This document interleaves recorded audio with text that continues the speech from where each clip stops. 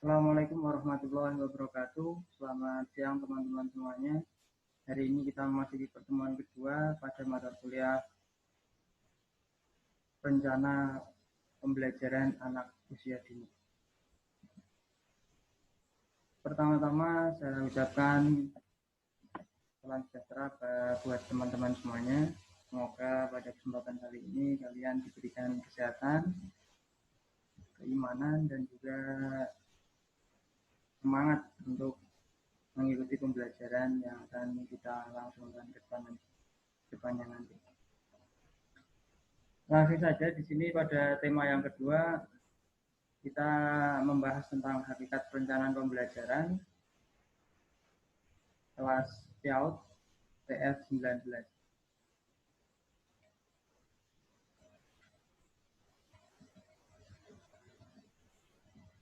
Pertama-tama tentang pengertian perencanaan.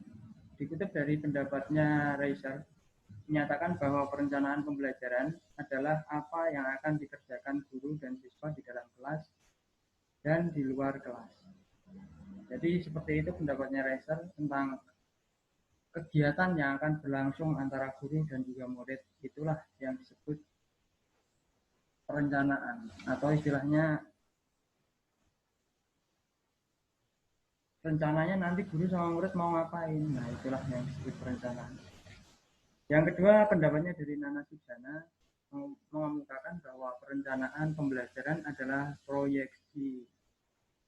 memproyeksikan tindakan apa yang akan dilaksanakan dalam suatu pembelajaran atau PDM, yaitu dengan mengkoordinasikan, mengatur, dan menetapkan komponen-komponen pengajar sehingga arah kegiatan atau tujuan, isi kegiatan atau materi, cara pencapaian kegiatan atau metode dan juga teknik, serta bagaimana mengukurnya atau evaluasi menjadi jelas dan sistematis. Itulah yang disebut perencanaan.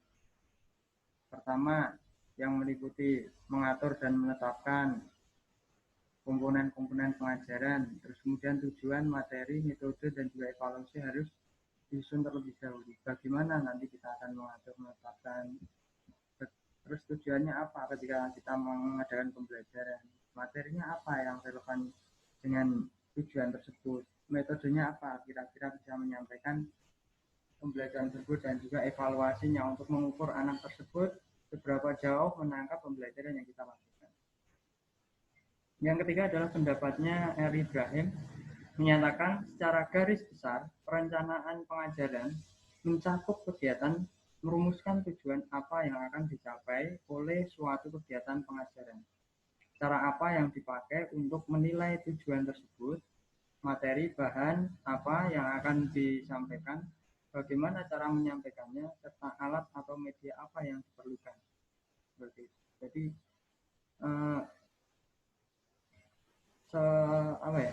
istilahnya sekelompok pemikiran yang di situ ditujukan untuk rencana pengajaran, ya kan? Tentang tujuannya, materi, sama dengan pendapatnya Nana Jana tadi, sampai kepada alat dan juga media apa sih yang dibutuhkan, sehingga nanti ketika pembelajaran berlangsung itu semuanya sudah siap, ya kan? Apa yang dibutuhkan sudah direncanakan, sudah disiapkan, sehingga nanti ketika pembelajaran tidak ada hal-hal yang istilahnya harus dicari-cari ke sana ke sini, seperti itu tidak.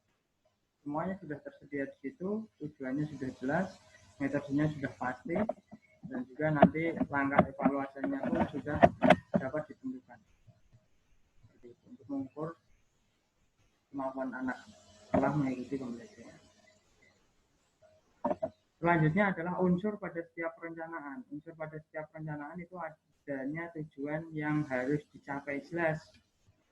Yang namanya kita merencanakan sesuatu itu tentunya kita harus mempunyai tujuan. Kalau tidak ada tujuan tentunya tidak usah kita buat rencana. Jadi yang paling utama pada setiap perencanaan itu adalah adanya tujuan. Ya kan? Akan kemana kita? Ketika ada tujuan pasti tentunya kita akan menyusun kesananya bagaimana, naik apa, ya kan, bekalnya apa saja, ya kan, pakaian yang tepat seperti apa, kendaraan yang bisa dipakai apa, itulah. Ya kan, ketika kita ada tujuan, tentunya perencanaannya akan bisa kita gambarkan.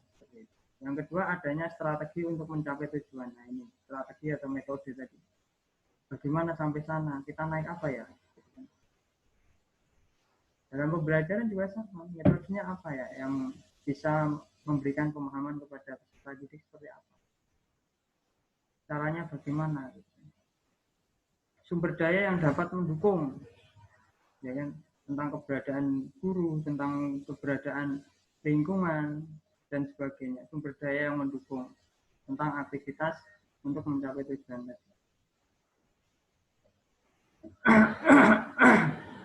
Yang terakhir adalah implementasi setiap keputusan. Jadi bagaimana kita merealisasikannya daripada perencanaan itu tadi, sehingga apa yang kita rencanakan itu bisa mencapai tingkat evaluasi atau tingkat pengukuran dari pada tujuan itu. Dasar-dasar perencanaan pembelajaran. Dasar-dasarnya kita merencanakan pembelajaran, dasarnya apa aja? Kenapa kalau kita perlu mengadakan perencanaan? Nah itu adalah yang pertama adalah perbaikan kualitas pembelajaran. Perbaikan kualitas pembelajaran. Agar pembelajaran yang kita lakukan selama ini itu ada peningkatan. Karena apa? Setiap kali kita melakukan evaluasi, tentunya di sana kita mendapatkan sebuah gambaran apa sih yang kurang, apa sih yang bisa diperbaiki atau istilahnya bisa dirubah atau diganti dan sebagainya. Perbaikan kualitas pembelajaran. Yang kedua adalah pembelajaran dirancang dengan pendekatan sistem. Jadi kalau misalkan kita melakukan perencanaan, tentunya di situ ada sistem tersendiri, tidak hanya asal-asalan. Tidak hanya asal kita jalan, nanti di sana menemukan suatu hal yang baru, terus kemudian itulah yang dimaksud ilmu yang tidak. Kalau di sini dalam perencanaan tentunya kita sudah mengetahui tujuannya apa sehingga sistemnya jelas. Ya, untuk sampai sana bagaimana dan sistemnya jelas. Kita harus belajar di mana, apakah di luar ruangan atau di dalam ruangan. Caranya bagaimana, metode atau strateginya. Yang ketiga, desain pembelajaran mengacu pada bagaimana seseorang belajar. Desain pembelajaran. Desain pembelajaran itu adalah anak itu mau dibuat seperti apa ketika belajar. Suruh ngapain di sana. Ketika ada perencanaan, tentunya guru tidak terlalu sulit ketika mengaplikasikan pembelajaran. Kalau tidak ada perencanaan, tentunya di sana fleksibel saja gitu, tentunya tidak akan jalan. Asal jalan tanpa perencanaan, pembelajaran tidak akan mencapai tujuan yang diinginkan. Tapi ketika ada perencanaan, tentunya di sini ya kan desainnya sudah bisa diukur. Oh, anak nanti akan membentuk lingkaran di lapangan, berarti pembelajarannya di luar kelas seperti itu dan sebagainya. Itu sudah dapat digambarkan di desain. Desain pembelajaran diajukan pada siswa perorangan. Sini bahkan sampai setiap siswa yang di situ mengikuti pembelajaran sudah dapat ditetapkan desainnya. Merencanakan, oh nanti siswa ini suruh ini, yang lain suruh ini. Itu sudah ada desainnya untuk melakukan pembelajaran. Desain pembelajaran harus diajukan pada tujuan jelas. Kalau desainnya tidak mengacu pada tujuan, tentunya di sana juga tidak usahlah kita melakukan perencanaan. Tapi dasarnya melakukan perencanaan itu adalah karena kita butuh desain yang mengacu pada tujuan. Jadi kita harus merencanakan dulu agar nanti pembelajarannya bisa mencapai tujuan. Yang keenam, desain pembelajaran diarahkan pada kemudahan belajar tentunya. Ya. Agar kita itu melakukan pembelajaran itu bisa dipahami oleh anak secara maksimal, secara mudah. Tentunya kita juga harus memikirkan terlebih dahulu sebelum mengajar mereka atau mengajar anak-anak itu tadi. Bagaimana ya anak bisa paham, mengenal macam-macam tumbuhan, mengenal macam-macam hewan, bisa. Ya, semuanya disusun dalam perencanaan. Oh, nanti saya ajak jalan-jalan ke kebun atau kebun binatang. Di sana akan saya arahkan atau akan diarahkan untuk melihat-lihat dan kemudian menghafal nama-nama hewan atau tumbuhan. Itu adalah desain pembelajaran. Misalkan. Selanjutnya, karakteristik perencanaan. Perencanaan pembelajaran merupakan hasil dari proses berpikir. Ya, hasil dari proses berpikir. Jadi tentunya di situ akan lebih matang ketika mengaplikasikannya. Ya kan? Perencanaan itulah fungsinya perencanaan. Kalau tidak ada perencanaan, akan kurang matang nanti ketika kita menjalankan sebuah aktivitas pembelajaran. Yang kedua, perencanaan pembelajaran disusun untuk mengubah perilaku siswa sesuai dengan tujuan yang ingin dicapai. Mengubah perilaku siswa. Kalau kita tanpa perencanaan, tentunya sana sulit. Apalagi ya kan kita tahu siswa ini hiperaktif, siswa ini ya kan pendiam, siswa ini ya kan sangat kritis. Ya. Tentunya kita sudah ada perencanaan. Oh, ini untuk menghadapi anak yang kritis seperti ini, untuk menghadapi anak yang hiperaktif seperti ini, anak yang pendiam seperti ini. Oh, itu sudah bisa dipastikan kegiatan pembelajaran akan lebih bisa efektif seperti itu karena sudah ada perencanaan. Yang ketiga, perencanaan pembelajaran berisi tentang rangkaian kegiatan yang harus dilaksanakan untuk mencapai tujuan jelas. Ya kan? Jadi awal kita melakukan pertemuan, apa yang kita lakukan? Oh, di sana kita berdoa terlebih dahulu. Tujuannya untuk apa? Tujuannya untuk agar anak tersebut terbiasa untuk mengingat Allah dalam segala hal, terutama dalam pembelajaran. Ya kan?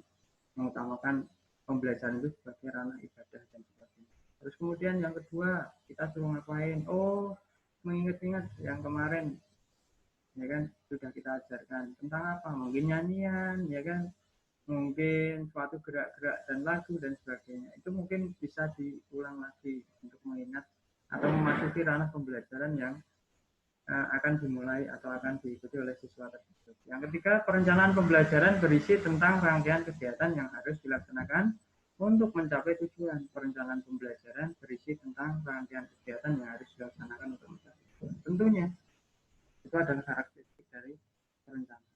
Tentunya kegiatan-kegiatan yang akan dilaksanakan dalam proses belajar mengajar itulah sudah ditulis dalam draft perencanaan itu.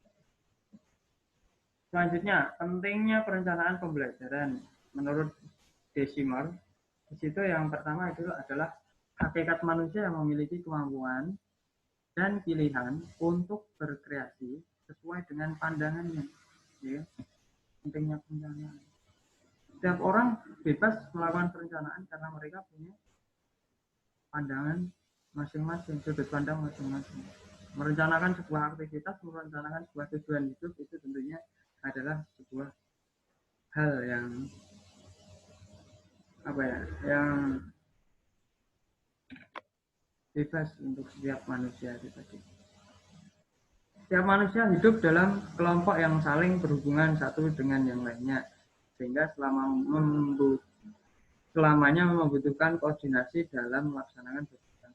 Nah, itu tentunya sebagai perencanaan. Namanya koordinasi, mereka mengobrolkan sesuatu yang akan dilakukan besok, itu namanya juga perencanaan. Kita koordinasi dulu untuk membersihkan selokan, misalkan di sebuah masyarakat. Membersihkan selokan ini kita bagi kelompok, satu ya kan membersihkan rumput, yang satu mencangkul bagian-bagian yang sudah istilahnya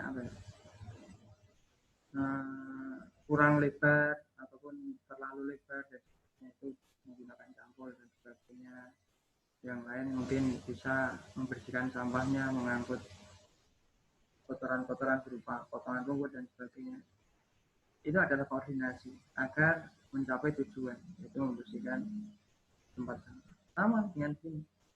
Kalau misalkan dalam sebuah pembelajaran di sekolah, tentunya di sana juga ada beberapa guru yang mengajar siswa tersebut. Di sana ketika melakukan koordinasi matang itu tentunya akan lebih dapat memicu tentang pencapaian dari tujuan pembelajaran tersebut. Pendapat lain ada di sini. Yang pertama adalah pembelajaran adalah proses yang bertujuan, tentunya seperti itu. Jadi butuh perencanaan. Pembelajaran adalah proses kerjasama, koordinasi. Kalau namanya koordinasi itu juga menyusun rencana. Yang ketiga, pembelajaran adalah proses yang kompleks. Ini kan macam-macam, tanpa adanya perencanaan tentu akan tumpang tindih dan kurang efektif. Itu. Proses pembelajaran akan efektif manakala memanfaatkan berbagai sarana dan prasarana yang tersedia, termasuk memanfaatkan berbagai sumber belajar. Jadi harus memanfaatkan apa sih yang tersedia di lingkungan, apa aja sih yang bisa kita manfaatkan dari apa yang kita punyai atau berada di sekolah. Selanjutnya,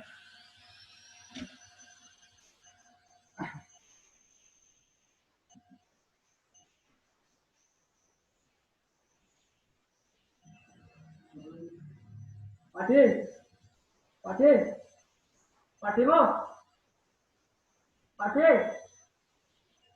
Padi lo, lagi gendong kok sih dili,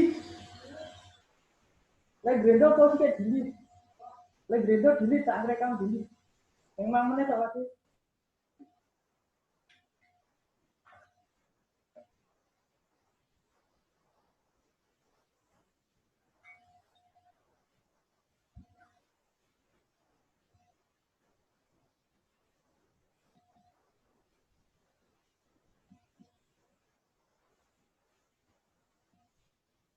Dilanjutkan tentang manfaat pembelajaran. Tentang manfaat pembelajaran di sini, ya kan, yang pertama adalah melalui proses perencanaan yang matang, kita akan terhindar dari keberhasilan yang bersifat untung-untungan, ya kan. Jadi ketika kita itu mencapai tujuan, itu tidak hanya sifatnya untung-untungan kalau tanpa perencanaan, ya kan. Kita melakukan perjalanan ke suatu tempat misalkan, di sana istilahnya tanpa kita melakukan perencanaan, toko asalah yuk berangkat gitu. Tanpa adanya perencanaan apa yang harus kita bawa, ya kan, arahnya kemana, ya.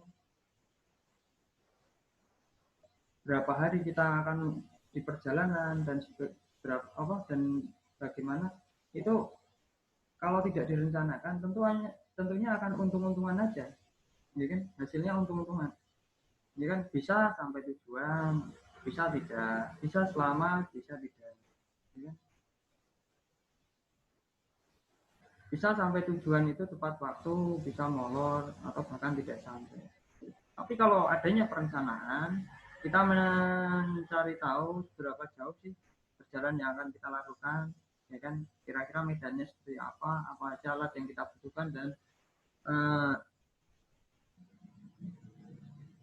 kira-kira bekal apa yang harus kita bawa, itu tentunya kita akan lebih tidak untung-untungan, tapi pasti kita sampai tujuan, itulah manfaat dari perencanaan.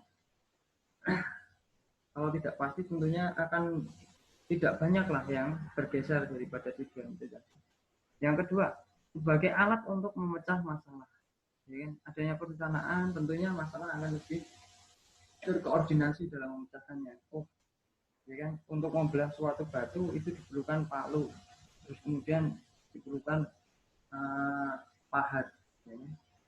Palu dan pahat. Bagaimana itu membelah batu itu? Nah, tentunya ada strategi sendiri sampai batu itu bisa terbelah. Tapi tanpanya adanya perencanaan, misalkan kita hanya menjatuhkan batu, tentunya tidak akan bisa. Atau istilahnya kita mengupas kelapa, ya kan, tanpa adanya perencanaan, tentunya alat juga tidak akan bisa kita maksimalkan. Kita punya alat banyak, ya kan, di sana ada kelapa. Mengupas kelapa bagaimana? Kita menggunakan palu, susah juga, ya kan. Kita menggunakan sabit, susah juga. Tapi ketika ada perencanaan, kelapa itu teksturnya seperti apa, kita pelajari dan sebagainya, alat apa yang bisa kita gunakan untuk membelah itu tadi, tentunya itu akan lebih enak dan mudah. Ya kan, kita belah kelapanya dengan parang atau apa, itu lebih enak. Yang ketiga, untuk memanfaatkan berbagai sumber belajar secara tepat. Dengan adanya pembelajaran perencanaan pembelajaran, tentunya sumber belajar yang kita miliki itu akan lebih pas dan tepat, ya kan? Pas dan tepat. Kapan kita menggunakan media video, ya kan? Nonton film, ya kan? Kapan kita keluar kelas untuk bernyanyi dan sebagainya. Kapan kita itu yang menggunakan media peralatan-peralatan praktek lainnya seperti itu. Pokoknya itu lebih enak kalau ada perencanaan. Yang keempat, perencanaan akan dapat membuat pembelajaran berlangsung secara sistematis, ya. Akan lebih terurut, langkahnya seperti apa, ya kan, tahap awal seperti apa, nanti pada pertengahan isi akan seperti apa, dan pada tingkat evaluasi juga seperti apa, sehingga tujuan kita dapat tercapai dan dapat diukur berapa jauh keberhasilannya. Yang selanjutnya adalah fungsi perencanaan pembelajaran. Fungsi perencanaan pembelajaran di situ yang pertama adalah fungsi kreatif. Ya kan? Untuk memancing kreativitas, dulunya kita butuh perencanaan. Dan juga kreativitas perencanaan pun itu juga akan bisa dinilai ketika perencanaan ini dibuat. Oh, ini perencanaannya lumayan. Ketika mau melaksanakan kegiatan, ini bagus, gitu kan. Cara-caranya bagus. Nanti kira-kira berjalan dengan bagus. Tapi terus kemudian hal-hal yang bisa diajarkan pun itu juga akan lebih tertata, bisa lebih memancing kreativitas kalau emang tujuannya untuk kreativitas. Inovatif, ya kan, kita dapat mengajarkan lebih inovatif pada anak, ya kan, lebih bisa untuk membuat pilihan lain gitu, membuat mereka bisa merealisasikan imajinasi mereka, lebih inovatif.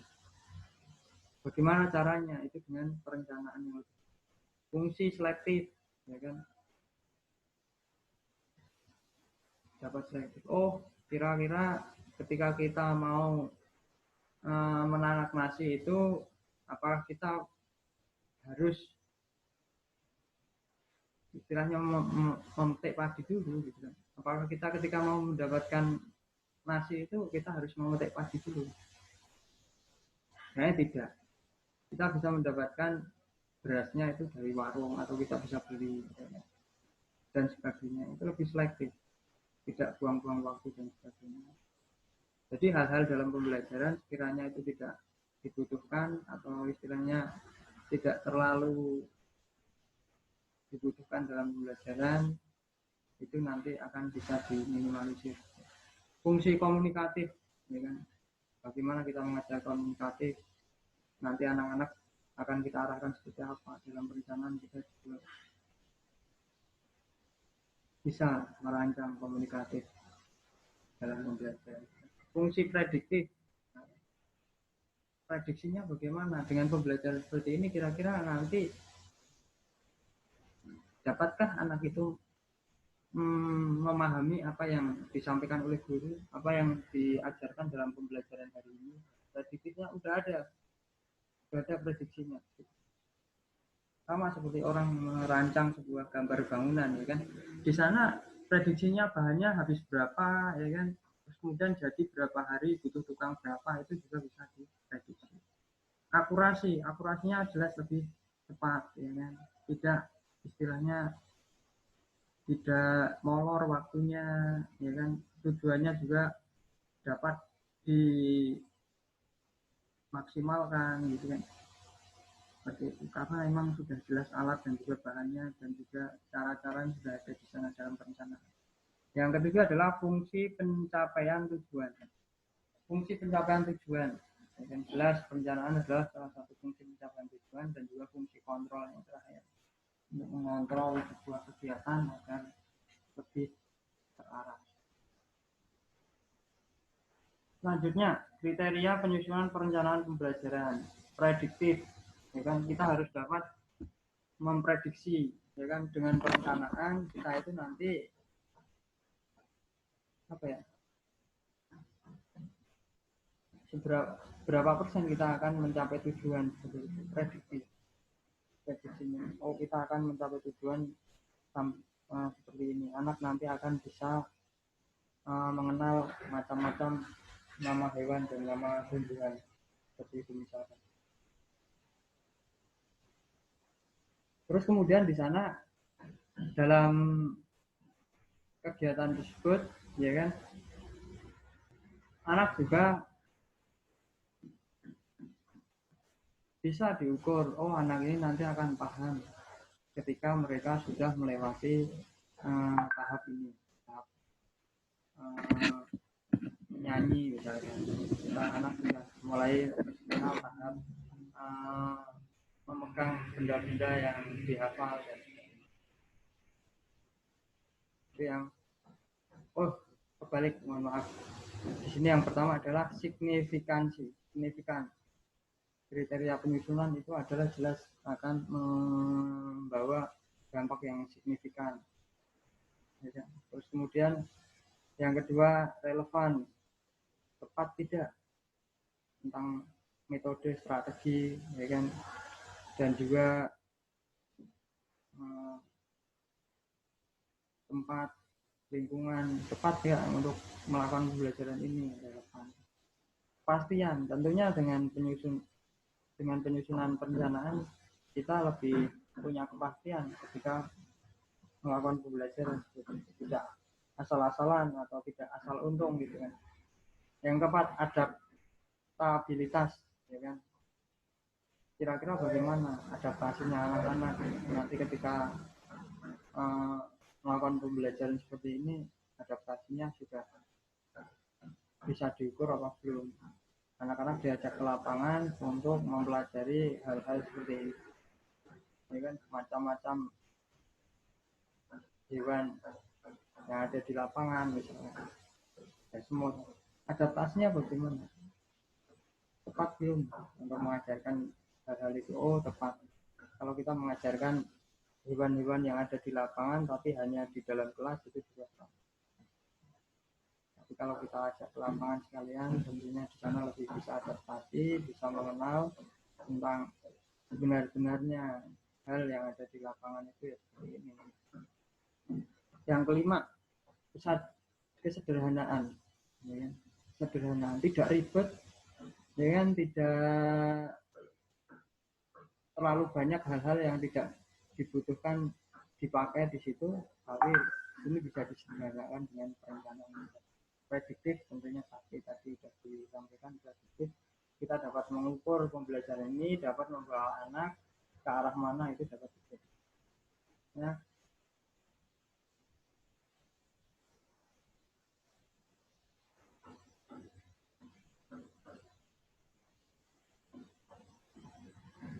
Ya, mungkin sampai di situ apa yang bisa saya sampaikan. Lebihnya nanti akan dibahas oleh teman-teman kalian